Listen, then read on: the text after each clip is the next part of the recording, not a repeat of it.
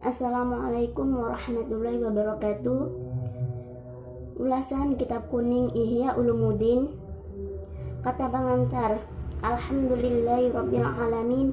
Segala puji bagi Allah Subhanahu wa taala yang telah memberikan berkah dan karunia-Nya sehingga kami dapat menyelesaikan tugas ini dengan baik meskipun banyak kekurangan di dalamnya. Sholawat serta salam kami sanjungkan kepada baginda Rasulullah SAW, serta kami berterima kasih kepada Pak Aizul Maula MAG selaku dosen pengampu mata kuliah Metodologi Studi Islam YIN Surakarta yang telah memberikan tugas ini kepada kami. Kami mempersembahkan ulasan atau ringkasan dari kitab Ihya Ulumuddin yang ditulis oleh Imam Al-Ghazali. Tujuan kami membuat ini ialah hendak memperkenalkan isi kitab Ihya Ulumuddin kepada saudara yang kurang memahami bahasa Arab dengan mudah dan efektif. Kitab Ihya Ulumuddin membahas tentang kaidah dan prinsip dalam mensucikan jiwa, dan sebagaimana dikatakan oleh Imam Al-Ghazali bahwa pembahasan dalam kitab Ihya Ulumuddin memang dikatakan dalam wilayah muamalah. Ihya terbagi dalam 4 bagian besar kitab atau dikenal dengan rubu', di mana di dalam setiap rubu' terdiri atas 10 bab.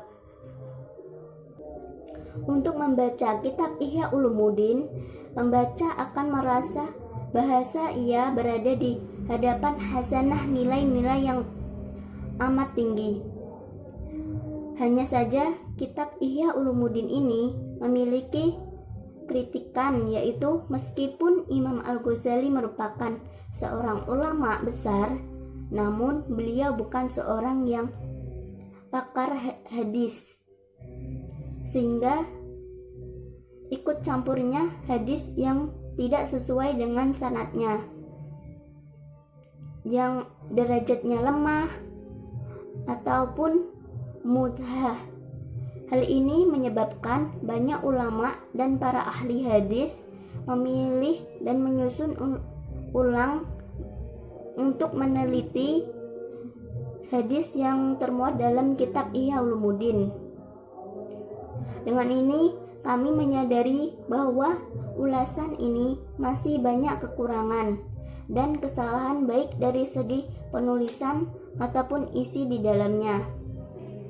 Maka kami selaku kelompok 8 yang beranggotakan saya Anisatul Rafiah dengan NIM 201221122 dengan Ani Setianingsih dengan NIM 201221113 dan Reiki Adikarya dengan NIM 201214148. Sangat membutuhkan saran ataupun kritik yang bersifat membangun dari berbagai pihak untuk pembuatan selanjutnya agar menjadi lebih baik.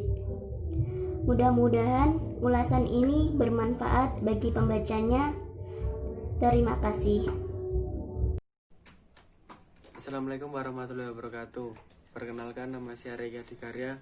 Saya akan membacakan biografi penulis. Kelahiran Imam Al-Ghazali Abu Hamid Muhammad atau yang biasa dikenal dengan nama Al-Ghazali lahir di kota Tus, Khurasan, wilayah Persia pada tahun 1085 Masehi.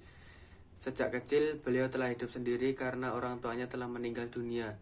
Sebelum ayahnya meninggal, Imam Al-Ghazali telah dititipkan kepada teman ayahnya yang seorang ahli tasawuf yang kemudian juga mendidik Imam Al-Ghazali. Imam Al-Ghazali belajar berbagai macam ilmu ketika di Durjan.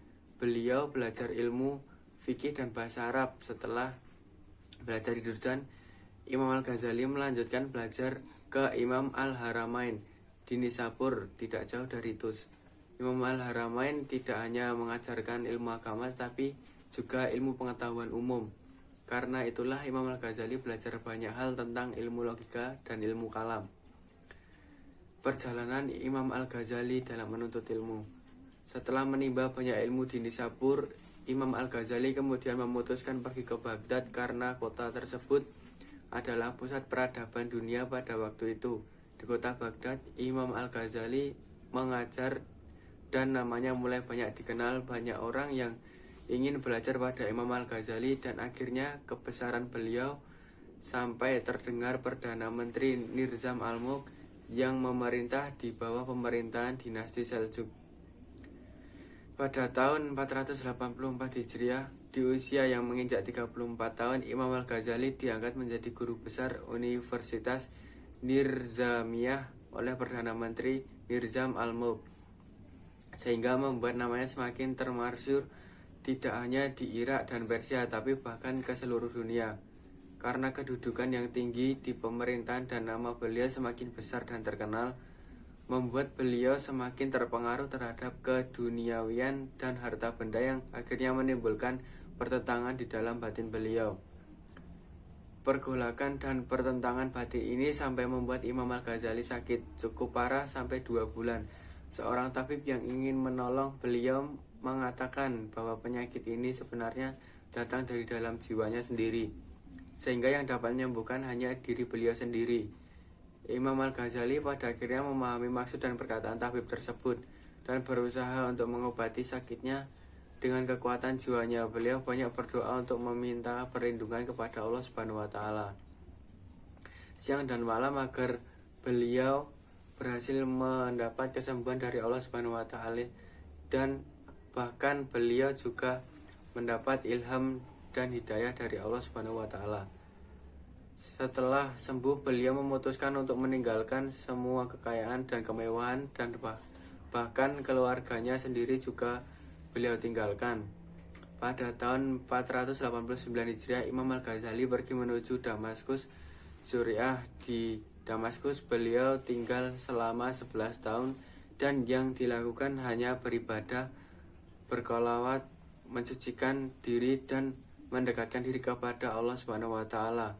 Dari Damaskus, beliau juga sering melakukan perjalanan ke Yerusalem, Mesir, dan melakukan ibadah haji di Mekah. Setelah menjalani kehidupan seperti itu, Imam Al-Ghazali mendapatkan kepuasan batin pada tahun 500 Hijriah. Beliau kembali ke Baghdad, dan oleh Perdana Menteri Nirzam Al-Mulk, beliau sekali lagi diminta untuk menjadi pengajar di Universitas Nirzamiyah. Meskipun mengajar di universitas, tetapi beliau hanya sebentar mengajar di Universitas Nirzamiyah, karena tidak lama setelah itu beliau pulang kembali ke kampung halamannya di Tus. Di kampung halamannya ini beliau mendirikan pondok dan hidup beruzlah bersama-sama para muridnya. Setelah menyelesaikan beberapa karya tulis, beliau wafat pada 11 Desember 1111 Masehi. Karya Imam Al-Ghazali yang terkenal sebelum beliau wafat. Di kampung halamannya di Tus, Khurasan, beliau sempat menyelesaikan beberapa karya yang terkenal, diantaranya adalah kitab Ihya Ulumuddin yang sampai sekarang banyak menjadi sumber panutan dan kiblat bagi para cendekiawan dan para pemikir Islam, baik dalam menuntut ilmu maupun ibadah. Terima kasih. Wassalamualaikum warahmatullahi wabarakatuh. Assalamualaikum warahmatullahi wabarakatuh. Saya Anistia Ningsih. Di sini saya akan sedikit membahas tentang kitab Ihya Ulumuddin karya Imam Al-Ghazali. Di dalam kitab Ihya Ulumuddin, Imam Al-Ghazali membagi pembahasan ke dalam 4 bagian atau rubu, yang masing-masing terdapat 10 kitab di dalamnya. Keempat rubu itu ialah: yang pertama, rubu ibadah, terdiri atas kitab ilmu, kitab akidah, kitab toharoh, kitab ibadah, kitab zakat, kitab puasa, kitab haji, kitab tilawah Quran, kitab zikir dan doa, kitab tertib wirid. Rubu yang kedua yaitu rubu adat kebiasaan, terdiri atas kitab adab makan, kitab adab pernikahan, kitab adab hukum berusaha, kitab halal dan haram, kitab adab berteman dan bergaul, kitab uslah, kitab bermusafir, kitab mendengar dan merasa, kitab amar ma'ruf dan nahi munkar, dan kitab akhlak. Rubu yang ketiga yaitu rubu al-muhlikat atau perbuatan yang membinasakan, terdiri dari kitab keajaiban hati, kitab bahaya nafsu, kitab bahaya syahwat, kitab bahaya lidah, kitab bahaya marah, dendam, dan dengki, kitab bahaya dunia, kitab bahaya harta dan kikir, kitab bahaya pangkat dan riak, kitab bahaya takabur dan ujub, dan kitab bahaya terpercaya. Rubuk yang keempat yaitu rubuk al-munziyat atau perbuatan yang menyelamatkan, terdiri atas kitab taubat, kitab sabar dan syukur, kitab takut dan berharap, kitab fakir dan zuhud, kitab tauhid dan tawakal, kitab cinta, rindu, senang, dan ridho, kitab niat, jujur, dan ikhlas, kitab muraqabah dan muhasabah, kitab tafakur, dan kitab mengingat mati. Salah satu bab yang ada pada kitab Ihya Ulumuddin, bab meletakkan harap, rubuk al-munjiyat dalam kitab takut dan harap. Imam Al-Ghazali mengatakan bahwa takut dan harap, khauf wa raja, merupakan dua panglima dan penghala yang dapat membangkitkan manusia kepada amal. Khauf membawa kita kepada ketaatan dan raja membawa kita kepada amal. Tentunya khauf yang raja memiliki berbagai tingkatan dan derajat sesuai dengan keadaan manusia dan tingkat pengetahuan atau ma'rifah kepada Allah Subhanahu wa taala. Imam Al-Ghazali kemudian mengemukakan keutamaan harapan. Keutamaan harapan yang pertama yaitu pada diri orang yang terjerumus dalam kehidupan maksiat lalu tergores dalam hatinya keinginan untuk bertaubat. Harapan mencegah dirinya dari berputus asa dan menguatkan dirinya bahwa Allah mengampunkan segala dosa. Harapan yang kedua yaitu pada diri orang-orang yang lemah dengan amal-amal fadilah dan hanya mencukupkan diri dengan amal-amal wajib. Harapan membuatnya bangkit untuk memperoleh nikmat Allah. Orang-orang yang beriman dan mengerjakan amal soleh, meninggalkan perbuatan-perbuatan keji, dia diliputi perasaan takut dan harap. Takut bahwa amalnya tidak diterima dan ia tidak kekal dalam amal itu dan mendapatkan su'ul khotimah.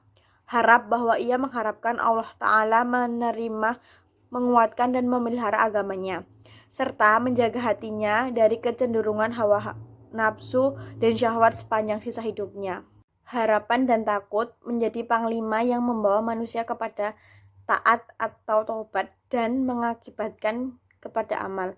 Maka apa-apa yang membawa diri kepada keputusasaan dari jalan taubat, menyepelekan tindakan batil, dan mencegah diri dari kekekalan amal bukanlah harapan, melainkan angan-angan. Dan barang siapa mengikuti angan-angan, maka ia akan terperdaya. Kelebihan dan kekurangan kitab Ihya Ulumuddin karangan Imam Al-Ghazali menurut kami, kelebihannya adalah dalam kitab ini kita dapat menumbuhkan rasa malu bila kita membacanya, karena dalam kitab ini dijelaskan dengan rinci tentang kekurangan-kekurangan yang ada dalam diri kita. Penjelasan dalam kitab ini dapat menjadi cerminan untuk diri kita agar kita dapat senantiasa memperbaiki diri menjadi manusia yang lebih baik dan taat kepada Allah Subhanahu wa taala. Kekurangan dalam kitab Ihya Ulumuddin menurut kami ialah dalam kitab ini banyak terdapat hadis-hadis yang dhaif.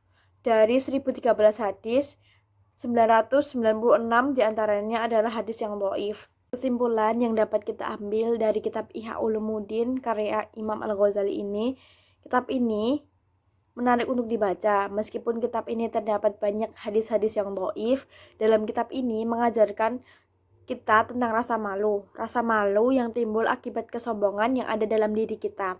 Kita dapat bercermin dalam kitab ini, karena di dalamnya terdapat penjelasan-penjelasan mengenai kekurangan dalam diri kita. Dalam kitab ini kita dapat melupakan cinta akan dunia yang fana dan mengingat adanya kematian serta hari akhir.